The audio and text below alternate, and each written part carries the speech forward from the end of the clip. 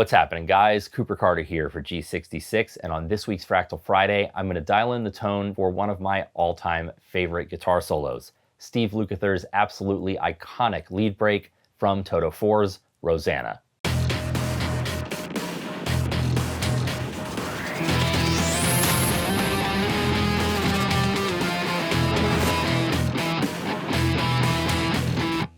So this week's tone-chasing episode of Fractal Friday comes courtesy of my good friend Doug Wamble, a fractal artist and an instructor in the College of Jazz at Juilliard. He has a gig coming up with a pop orchestra where he'll be playing Rosanna, and he texted me to ask if I still had the preset that I built way back in 2012 for my Rosanna episode of Solo a Week. Somehow, incredibly, my calendar is telling me that I actually built that preset and shot that video around 13 years ago.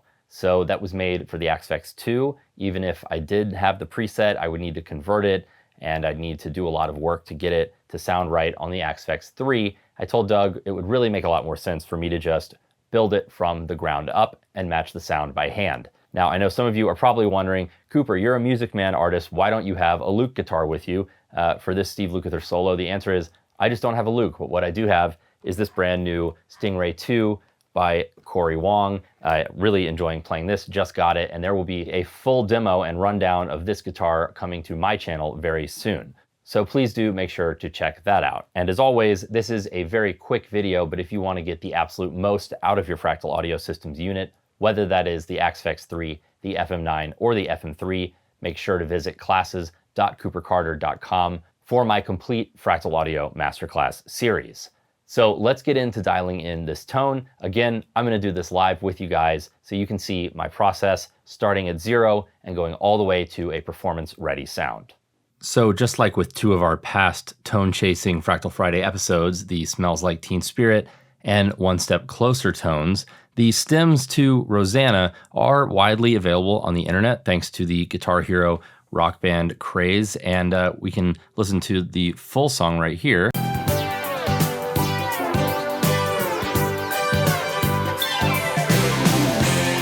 And then solo out the guitar part.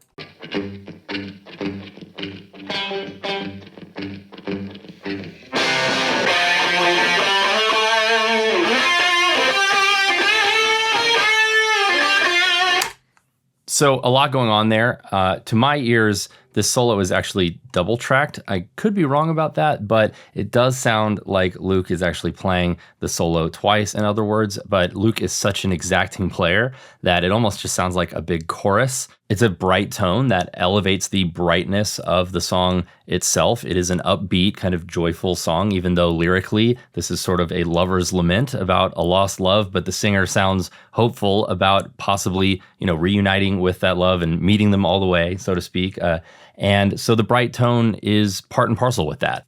When I dial in a tone, I like to use my ears as much as possible and not my eyes, but it does help to do some research to get an idea of what the player was using when that particular part was being tracked. That can sometimes give you not necessarily a blueprint, but a pretty good roadmap toward your goal. In this case, there's an interview with Steve Lukather from 1983, specifically in Music UK in the December 1983 edition, where he's directly asked, what gear did you use on Rosanna? And he answered that for the basic track, namely the main clean tone that's heard throughout the song, he used 2 Fender Deluxes. And then the overdubs, in this case, the more distorted chord stabs that you hear throughout the song, and then for our use, most importantly, the solo, were recorded with a 100-watt Marshall stack and a 59 Les Paul.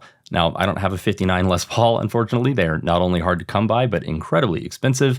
But I do have this Music Man Stingray, which is equipped with vintage-voiced, vintage-style pickups. And so it's going to play the part here of a vintage Les Paul for me.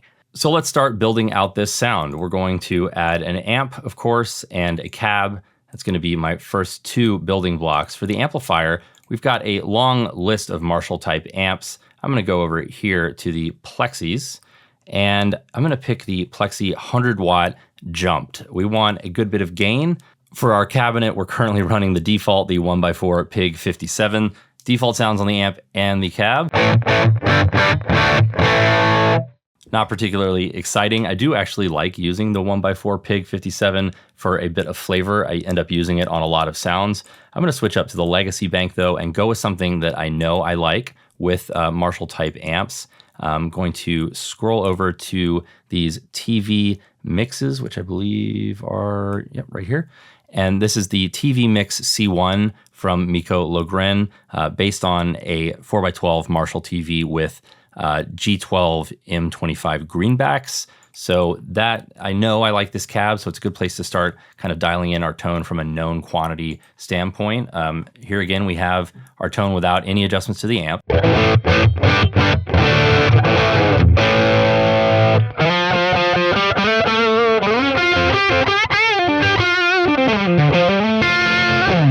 So we're gonna need, first off, a lot less bass and a lot more gain. I'm gonna go ahead and just dime this treble gain and turn the bass way down. Let's say, somewhere around there. We're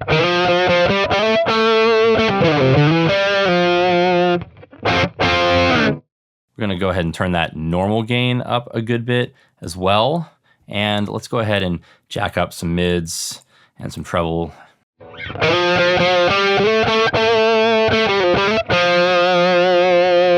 So we can do a quick comparison here with the tone.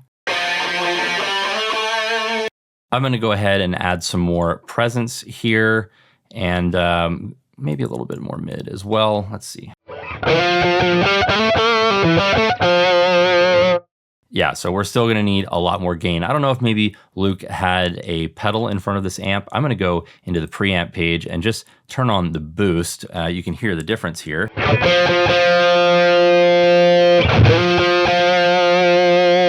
A lot more saturation. This is a neutral boost type, so it's increasing the level that's going into the amp.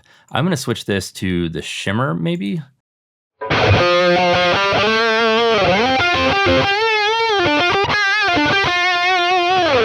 That's definitely getting closer to the amount of gain that I want to have for this amp.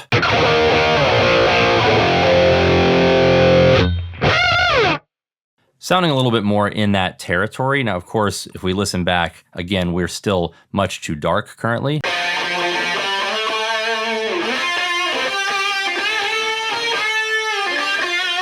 There's also just a great amount of room, whether that's a room mic on the actual cabinet or if it's a post-effect reverb that they've put in. There's just a fantastic room sound, and it is going to drive us crazy to keep dialing this in with no reverb at all. So I'll go ahead and put a reverb block in here. I'm gonna go with my favorite studio reverb, which is the Recording Studio C. It's a go-to for me whenever I need a nice studio reverb. So let's hear what that sounds like.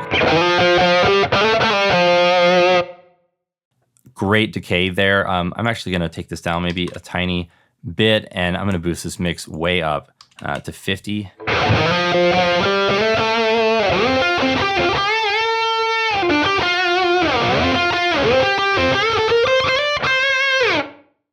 Yep, that is sounding awesome, and also I hope is a bit more tolerable on your end as I go through and dial this in. Our amp still doesn't have quite enough gain. I'm gonna go into this input EQ, and if you've bought my masterclass or you've seen any of my Fractal Friday videos where I'm dialing in a tone, you'll know one of my favorite things to do is to just put a little bump in this input EQ somewhere between 800 and 2000. Really just kind of depends on what the tone is, and then give it about between 2 and 3 dB of boost. So I'm just gonna bump it a little bit.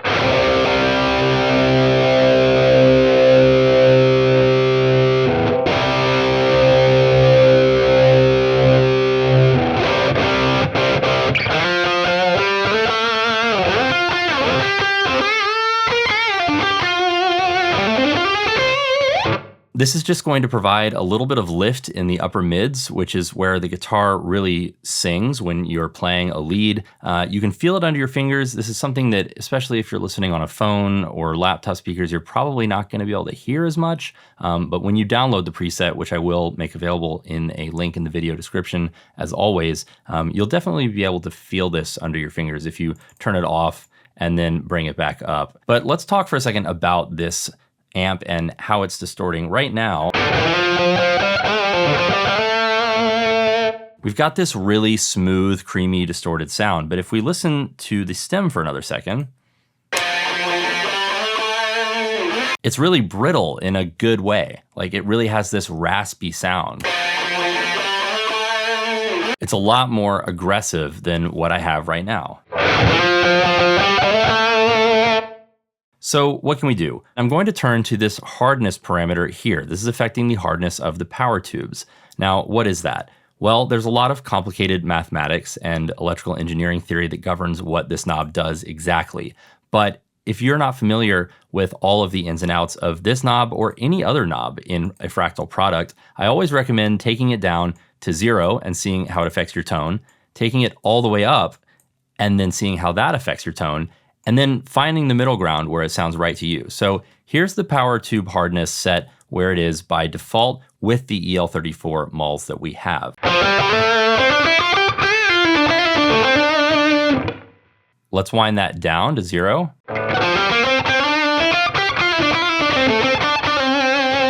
It's even smoother. It's almost lifeless at this point. And then let's crank it all the way up.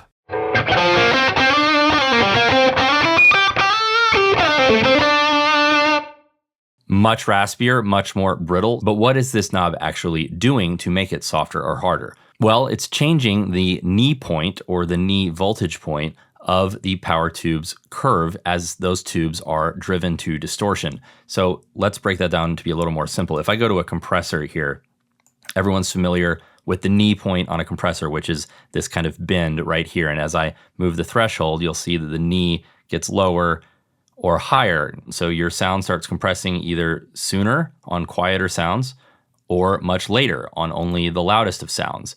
So going by that same principle, we can think of this knob as changing the position of the knee on this power amp's distortion curve. And I don't want to get too complex or in the weeds, but because of the mathematics behind this parameter, it actually works in inverse. So as I move this parameter up, the knee lowers so that the power amp more abruptly and more aggressively crosses over into distortion and clipping. And if I lower it, the knee actually raises so there's less clipping. Just like with our compressor, when you raise the knee up, it takes more signal to actually get to the point where the compressor actually kicks in. All of which is to say, here's our tone before. Too smooth. If I go and add, let's say 2.5 to this hardness, so we are again lowering the knee, causing the amp to enter clipping more abruptly, making it sound more aggressive, we get this, which is a much raspier sound.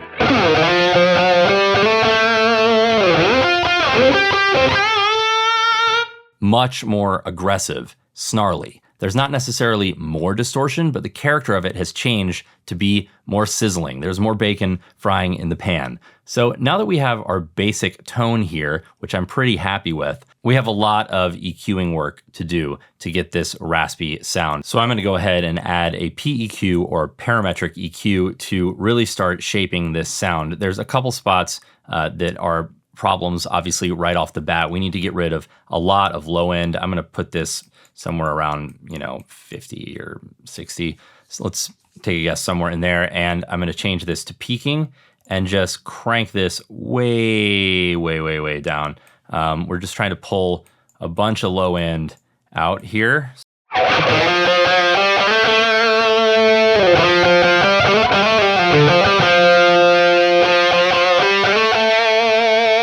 We've also got some problem spots in the mids as well, somewhere around probably 500-ish. Let's see what we got there. I'm gonna pull a good bit out, but I actually want it to be a little narrower. And I'm gonna be doing a lot of back and forth between our stem and our actual preset here, so. Yeah, we're gonna need to keep pulling some of that down. And also somewhere in the kind of more upper mids, like 1200, 1100, something like that. Let's go ahead and just start cranking that down as well. Yeah, somewhere here.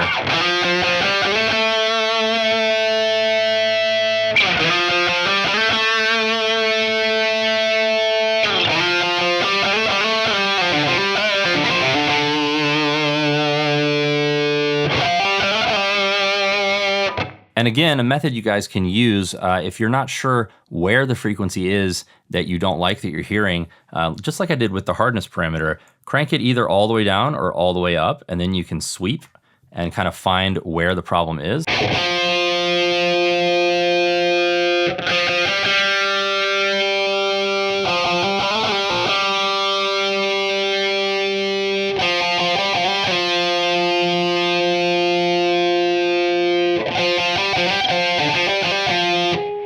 And then once you've located the actual frequency, you can decide how much you actually want to pull out. Like I don't want to pull 20 out of there. I don't even want to pull 13 out of there. I want to pull like maybe 6 or so. Let's see. Maybe a little bit less even.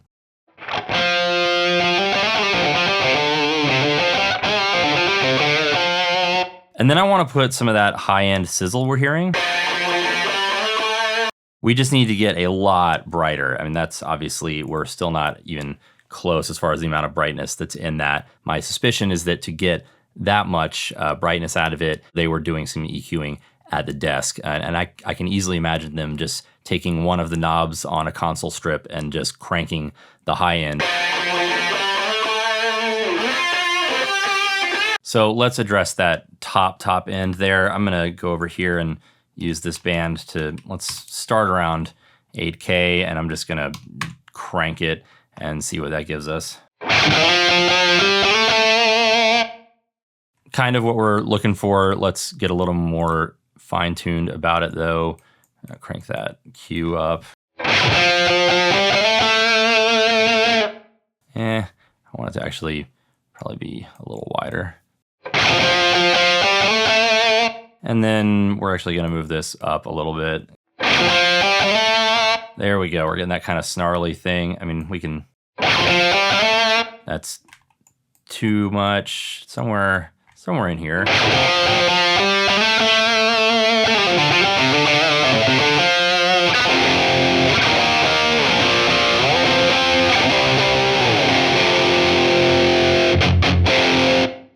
Sounding a little bit better. Let's address the sort of upper mids here. I'm gonna probably bump those just a little bit up. That's a little too much. I'm gonna go to peaking 2, just so we're a little more precise with things here. I'm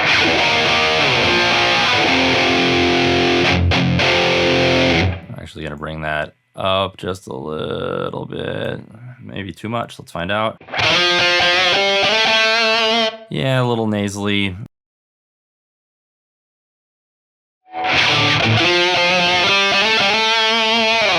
That's better. So I think that's in the ballpark now. We're starting to kind of get in the relative area. Let's listen to our stem again. Obviously there's some chorus happening. There's probably some double tracking as well. I'm also hearing a little bit more room. I like the reverb sitting where it is. I'm actually gonna go into the cab block here and just add, like, let's just say 118%. Let's say, hello, 18%. And I'm gonna change this from a hall to a room. Yeah, and that's introducing a little bit of filtering, but there's still something missing. I joked earlier about how much I turned to the pig cabinet for a little bit of bite on tones. I think I'm actually just gonna turn this on, funnily enough here. And it kind of instantly gives us that little bit of snarl that I'm missing. I'm gonna go to the Align tab here though, and just bump our pig over a little bit right there. So let me just give you an A/B. Here's with them not aligned. And here it is with them aligned.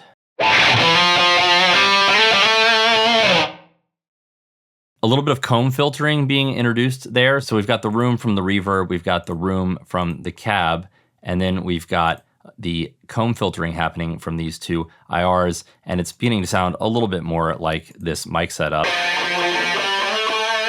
We're still missing some of that really ratty upper snarliness, and we're out of bands on this EQ here. So I'm gonna actually add a GEQ now, or a graphic equalizer. And as we've done before, I highly recommend when you are dialing in a sound, just taking these sliders all the way up, all the way down, and then finding the middle ground that works to get your tone where you want it. So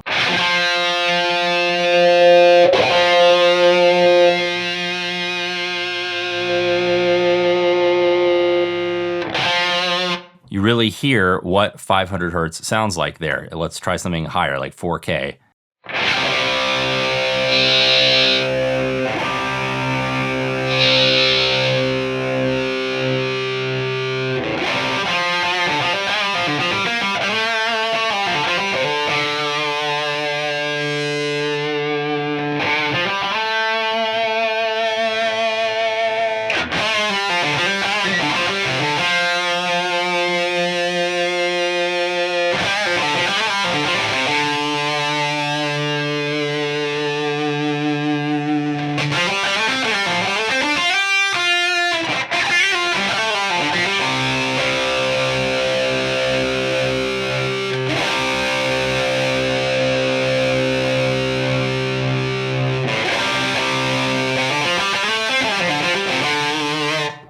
Listen to our stem again here. And keep working.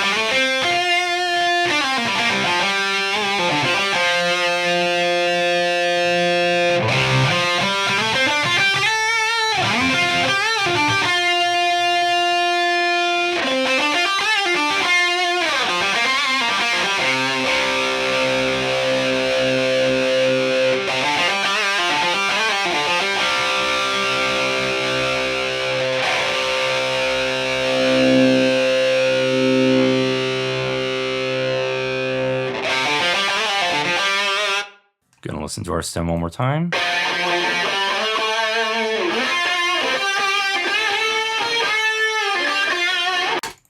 So.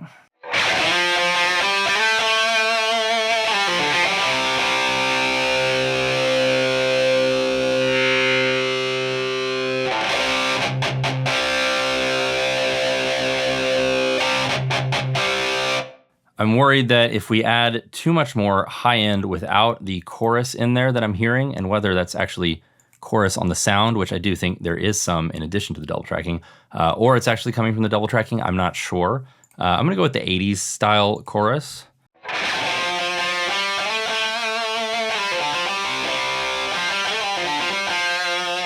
That really brightens everything up, so here it is without it. I just wanted to make sure there wasn't too much top end coming in. Let's check this 8K one more time.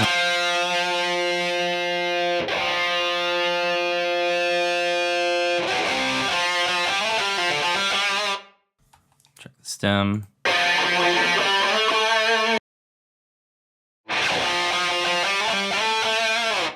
Yeah, we can bring that down a little bit. I've been playing this whole time down here. Let's check the upper register.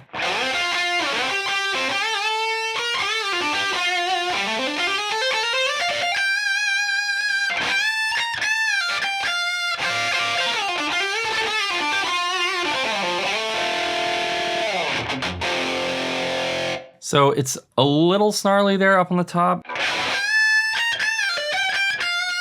I'm gonna turn to something that I turn to a lot. And again, if you've seen other videos, you'll know that I love the multiband compressor. What I'm gonna do though is use it somewhat as a mastering pass, much like they would do when you master a record. The beauty of the Fractal is that we can use tools that would often not be used in a live environment, like a mastering compressor, that come from the studio, and put them into a preset so that you've got basically a studio quality sound live. So the multiband compressor, for those of you who aren't familiar, is essentially 3 compressors in one. There's 2 crossover points. It's one here, and I didn't want to move that one, and one here. And so we split the frequency spectrum into 3 discrete chains, low, mid, and high, and the multiband compressor can act differently on each of these within the parameters that you set with these crossover points. So what I want to do is essentially just take some of the high end and tame it a little bit so that when I get up here,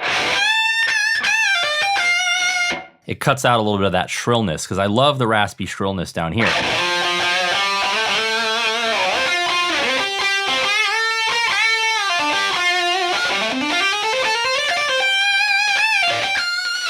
But it gets a little nasty up there. So I'm just gonna crank this crossover point way up. And so I'm gonna be compressing only high end, but I need to lower this threshold a little bit because I'm not even hitting this compressor yet.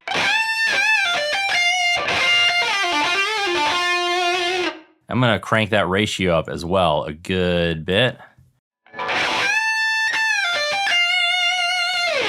So now you can see that as I play those high-end notes,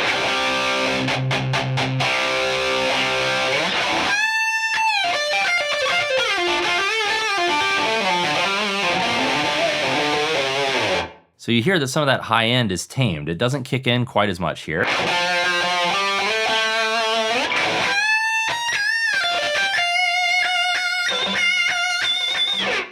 If I play those harmonics, you can see it really start to kick in. But here it is without.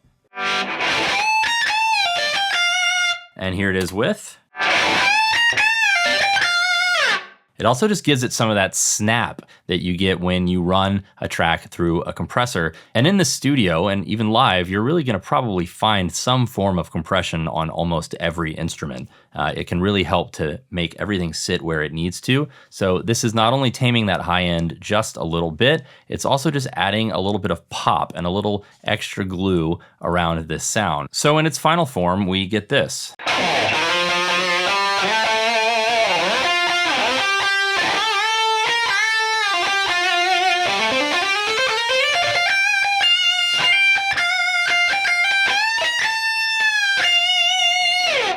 So a lot of little steps, but nothing too complicated. We've got obviously our adjustments to the amp. We picked the right amp.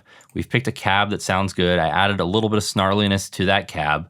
We added a little bit of room ambience to the cab block. I did a little bit of power tube trickery here by hardening up those tubes and just getting a little bit of a spittier, snarly distortion sound. And then we got into some EQing. I drew a parametric curve. We did some fairly dramatic GEQ here. I think probably there was some pretty dramatic EQing happening in the studio as well. I added a little chorus for that kind of chorusing effect that I'm hearing in the sound. We sat all of that within a small studio space reverb, and then a mastering pass, a little multiband compression just on the high ends here to tame things just a bit, because the snarliness that works very well down here gets a little brittle and abrasive up here.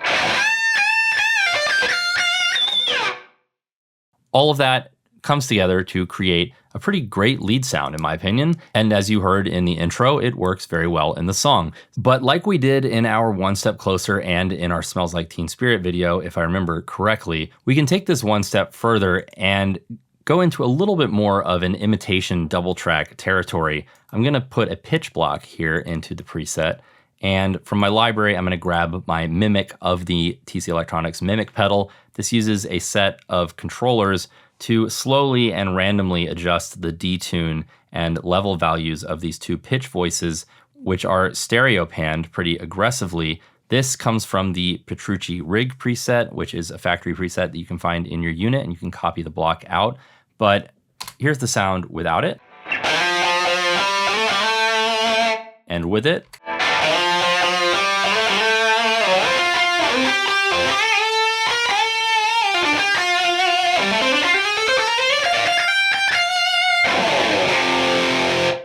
Definitely thickens things up, so you guys can decide which one sounds better for your playing. Maybe a little too aggressive soloed, just hearing it alone, but you may find that when you're playing it along with the track, it does give you that sense of wideness that comes from actually having two different tracks. Obviously, you can't have two different tracks of your own playing when you're playing live, but it's very easy in the studio, and people have been trying for years to figure out how to get a realistic double tracking sound. The reality is you really just need two different performances, but this is my favorite way of kind of approximating it. So now that we've got our final sound, let's add one little bonus here. Obviously, the clean from Rosanna is absolutely iconic. We could sort of, honestly, the Plexi's so dynamic, we could kind of get it now just by turning my volume knob down.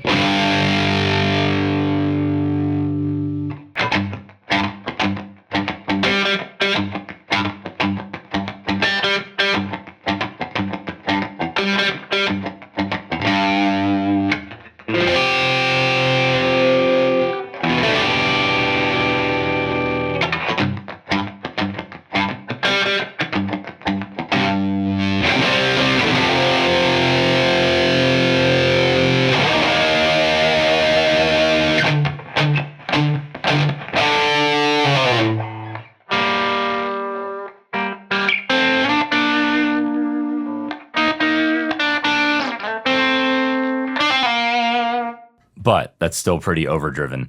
So let's go up to channel B here, and we'll go up to channel B on our cab as well. And for the amplifier, Luke mentioned in that interview that he was using a deluxe. So let's go with the deluxe verb. I'm gonna see how that sounds off the bat. Not clean enough and way too dark. Let's bring that down and bring this down as well.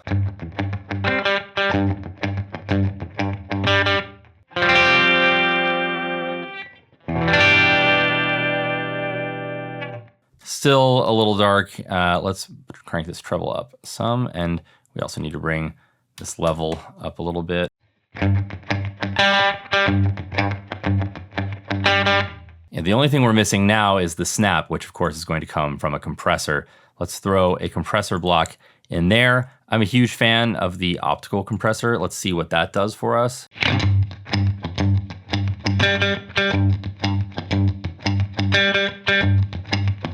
We're missing a little bit of brightness, I think. So let's go just to the output EQ of this amp, and we'll just crank these up a little bit. Yeah, that sounds a little better. Let's see. Yeah, I mean, that's obviously done on a Strat, not a Les Paul, and I'm kind of in the middle position here of these two humbuckers, but quick and dirty here. This isn't really the...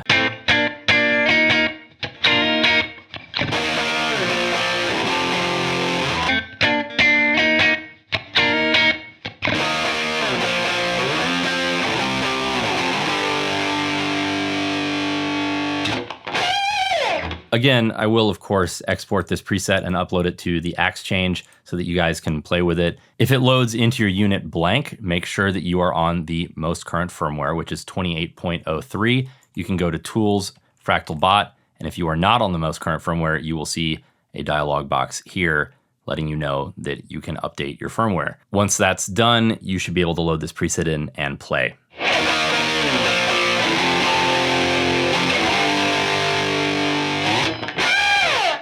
I hope you guys enjoyed this video. Please do make sure to give it a thumbs up and subscribe to G66's channel, and leave me a comment in the comment section below letting me know what you would like to see on a future episode of Fractal Friday. Maybe there's a particular tone you'd like to see me chase down and dial in, or maybe there's a Fractal artist whose presets you would like a peek at behind the curtain. To that end, there are some very special artist tone tours coming up very soon. Also, make sure to download this preset that I just dialed in at the link in the video description. Play with it yourself and let me know what you think. And as always, if you guys want to get the absolute most out of your Fractal Audio Systems unit, whether that's the Axe 3, the FM9, or the FM3, make sure to visit classes.coopercarter.com for the complete Fractal Audio Masterclass series. For all things Fractal Audio, keep it right here on G66, and I will see you very soon on Fractal Friday.